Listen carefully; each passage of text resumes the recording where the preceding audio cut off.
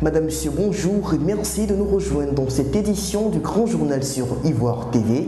Voici les titres de ce bulletin. 4e rencontre de suivi de l'accord de coopération entre la Côte d'Ivoire et le Mali en matière de lutte contre la traite transfrontalière des enfants. La cérémonie d'ouverture a eu lieu ce samedi matin dans le centre d'Abidjan.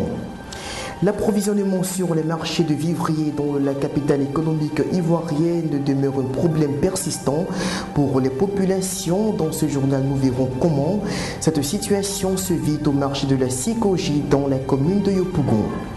À l'étranger, Saïf al-Islam serait en contact avec la Cour pénale internationale. C'est du moins ce qu'affirme le procureur Luis Moreno Ocampo, qui promet que ce dernier devrait obtenir un procès équitable. La cérémonie d'ouverture de la 4e rencontre de suivi de l'accord de coopération entre la Côte d'Ivoire et le Mali en matière de lutte contre le trafic des enfants s'est déroulée ce samedi 29 octobre à Abidjan. Cette rencontre, qui vise à concevoir de meilleures stratégies pour éradiquer ce trafic, s'est ouverte en présence des ministres ivoiriennes et maliennes en charge de la protection des enfants. Main dans la main, la Côte d'Ivoire et le Mali poursuivent pour la 11e année consécutive leur lutte contre le trafic des enfants entre les deux pays. C'est le sens de la cérémonie d'ouverture de la 4e rencontre de suivi de l'accord de coopération pour la lutte contre la traite transfrontalière des enfants, signé en 2000 entre les deux États et qui a eu lieu ce samedi 29 octobre 2011 à l'hôtel Tiama dans le centre d'Abidjan.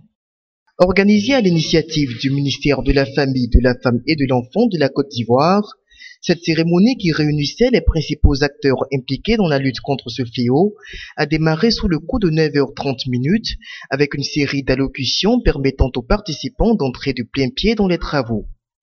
Après M.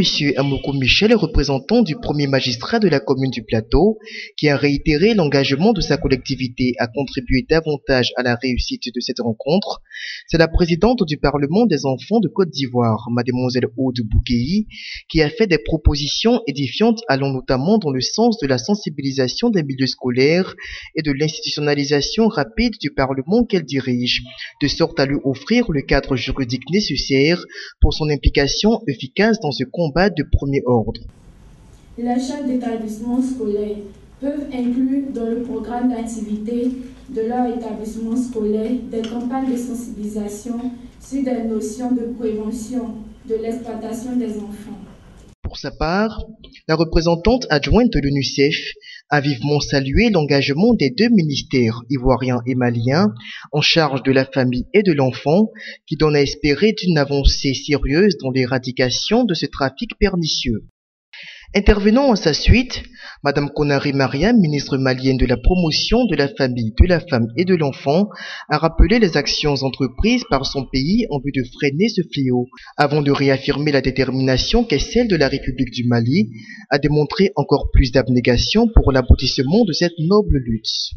Quant à la première responsable du ministère de la Famille, de la Femme et de l'Enfant de Côte d'Ivoire, la ministre Kofi Raymond, elle a mis un accent particulier sur le bilan de la Côte d'Ivoire en la matière, bilan qui se traduit essentiellement par l'adoption de lois interdisant toute activité pouvant porter atteinte à la dignité des enfants.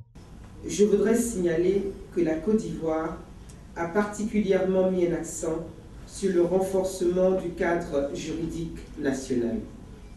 Cette disposition s'est traduite par la ratification des conventions et instruments juridiques internationaux relatifs à la protection des enfants, à savoir le protocole relatif à l'utilisation des enfants dans les conflits armés, le protocole relatif à la vente d'enfants, la prostitution des enfants et la pornographie mettant en scène des enfants.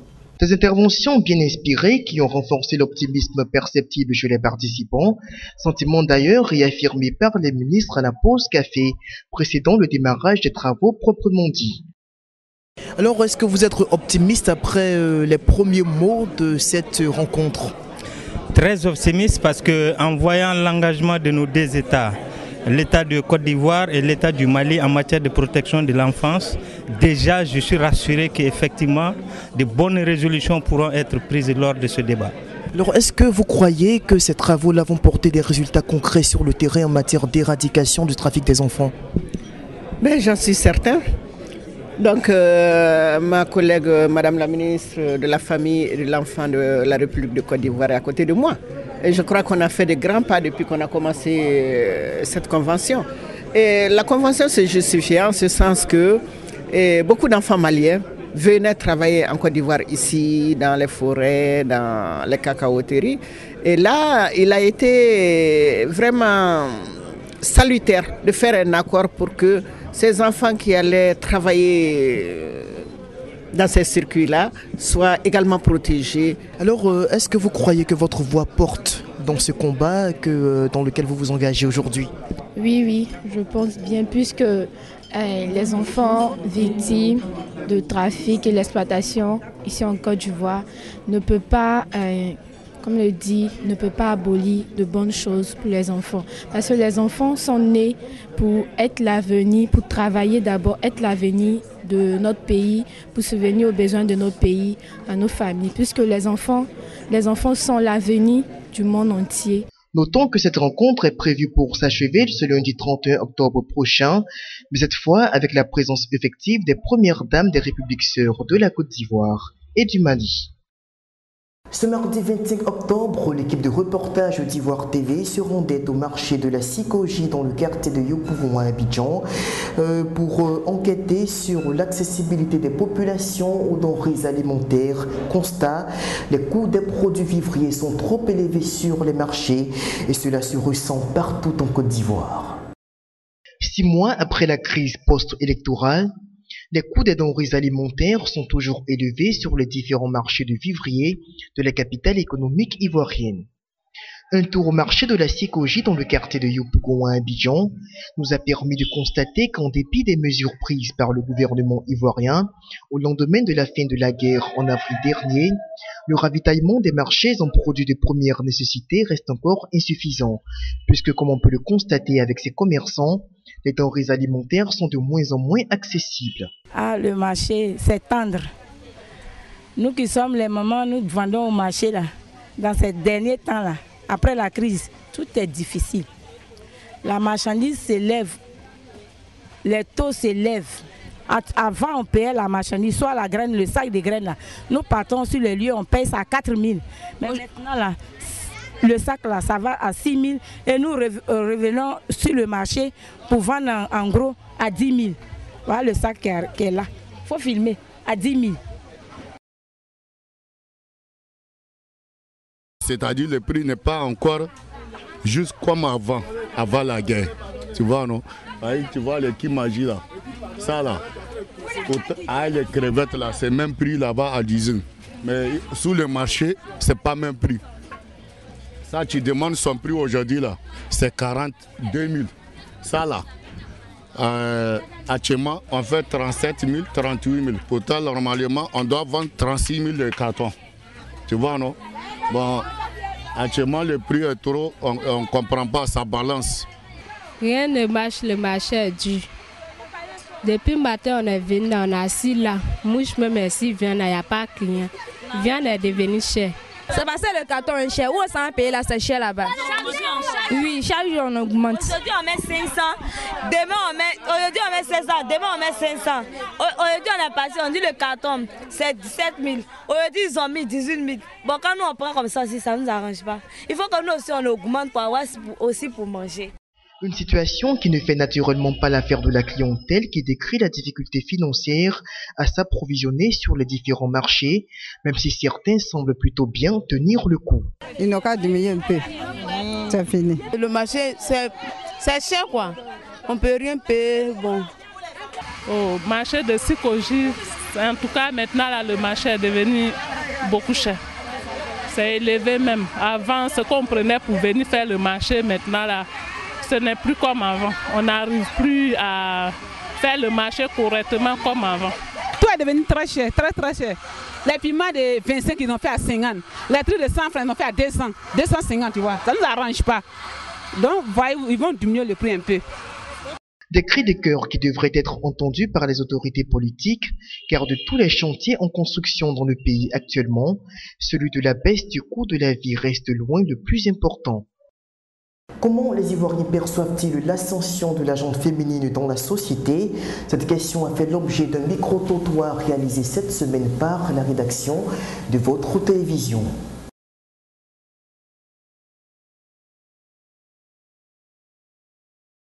Bon, je pense que l'égalité entre la femme et l'homme est important parce que du moment où de nos jours on voit les femmes qui exercent pratiquement les mêmes travaux que les hommes.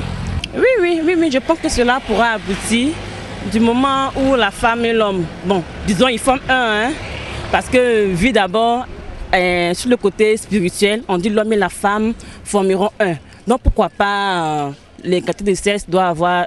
Pourquoi pas la femme doit avoir les mêmes considérations aussi que l'homme. Bon, moi je trouve que c'est l'homme d'abord, et après vient la femme. La femme d'abord doit tenir le foyer, s'occuper des enfants. C'est l'homme qui va chercher du travail et qui vient à la maison donner de l'argent pour que la femme puisse...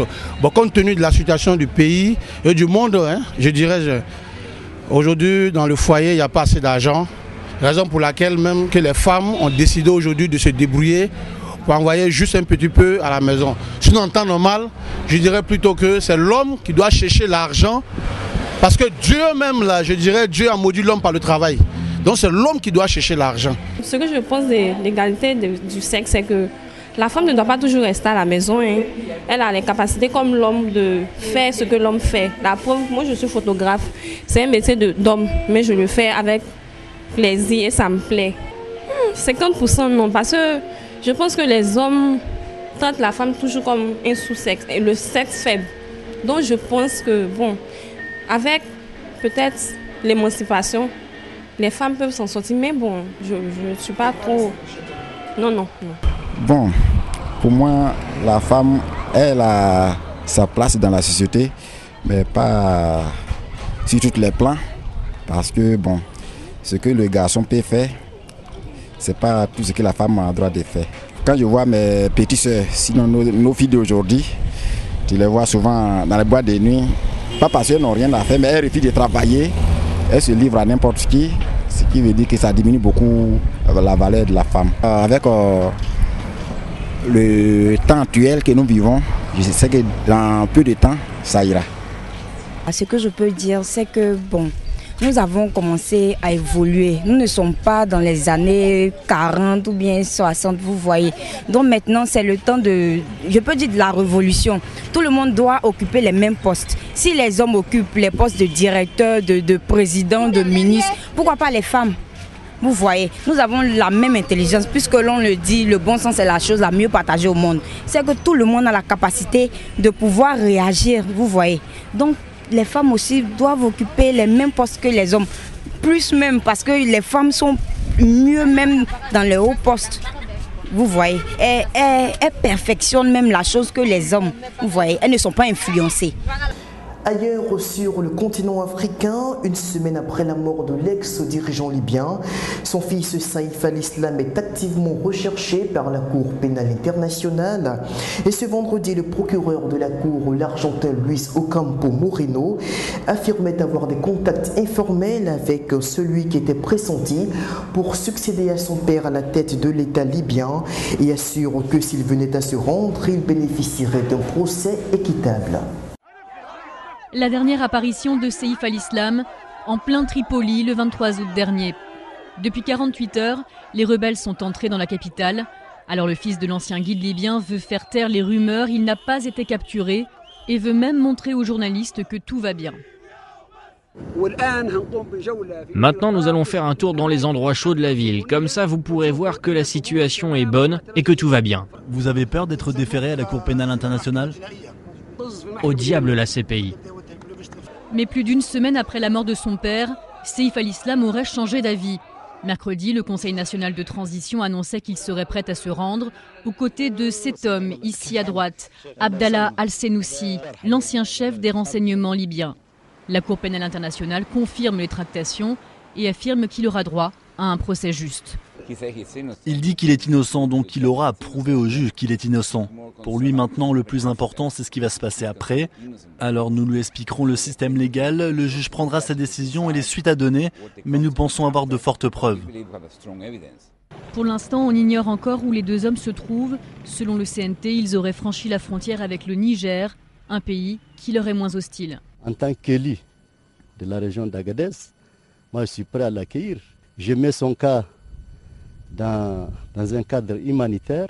Mais de l'autre côté de la frontière, les nouvelles autorités libyennes ont déjà mis en garde leurs voisins membres de la CPI. Seif al-Islam doit être déféré. Sous le coup d'un mandat d'arrêt international, il est accusé d'avoir joué un rôle clé dans la répression du soulèvement populaire de février en Libye. Et nous restons toujours dans le nord du continent pour parler cette fois de la Tunisie, où le parti islamiste Ennahda est sorti vainqueur des élections pour la formation de l'Assemblée constituante, mais sans obtenir la majorité absolue. Et malgré ses 41,47% des voix, le parti de Rached Ghannouchi devrait composer avec d'autres formations politiques pour la formation du prochain gouvernement le mois prochain. Ennahda n'avait pas attendu les résultats officiels pour entamer des négociations. C'est maintenant confirmé, le parti islamiste interdit sous Ben Ali est le grand vainqueur des premières élections libres de Tunisie. Le parti Ennahda a remporté 90 sièges à l'Assemblée constituante, soit 41,47% des votes. Ennahda n'a donc pas obtenu de majorité absolue et pourrait donc faire alliance avec deux partis laïques, le Congrès pour la République, deuxième avec 30 sièges, et le troisième est Akatol avec ses 21 sièges à l'Assemblée. La présence de partis laïques pourrait rassurer ceux qui s'inquiètent déjà de l'arrivée au pouvoir des islamistes. Nous promettons de tout faire pour répondre aux exigences de la révolution et créer une Tunisie libre, indépendante, développée et prospère, où les droits de Dieu, du prophète, des femmes et des hommes, des religieux et des non-religieux sont protégés car la Tunisie appartient à tous. Mercredi, le chef du parti a annoncé qu'il formerait un gouvernement d'ici un mois. Le numéro 2 du parti, Hamadi Jebali, est fortement pressenti pour le poste de Premier ministre. À présent, faisons un tour d'horizon de l'actualité hors du continent africain. Une journée cauchemar en Syrie, l'une des plus violentes depuis des semaines. Comme tous les vendredis, les manifestants étaient descendus nombreux dans les rues pour exprimer une nouvelle fois l'opposition au président Bachar al-Assad. Ils répondaient à l'appel des militants pro-démocratie, mobilisation en faveur d'une zone d'exclusion aérienne au-dessus du pays, ce qui permettrait à l'armée syrienne libre d'œuvrer avec plus de liberté. Mais c'est à balles réelles que les forces de sécurité ont tiré sur la foule, bilan plus de 35 morts. Selon l'Observatoire syrien des droits de l'homme, les civils sont tombés dans les régions de Homs et de Hama, deux foyers de la contestation dans le centre du pays. Les manifestants ont défié les forces de sécurité en demandant une intervention internationale pour leur venir en aide. Jeudi, l'ambassadeur de France à l'ONU a annoncé que les membres du Conseil de sécurité pourraient se réunir à nouveau afin de décider d'une action visant la Syrie. Jusqu'à présent, le veto de la Russie et de la Chine avait empêché toute sanction. De leur côté, les ministres des Affaires étrangères de la Ligue arabe ont dénoncé les meurtres de civils.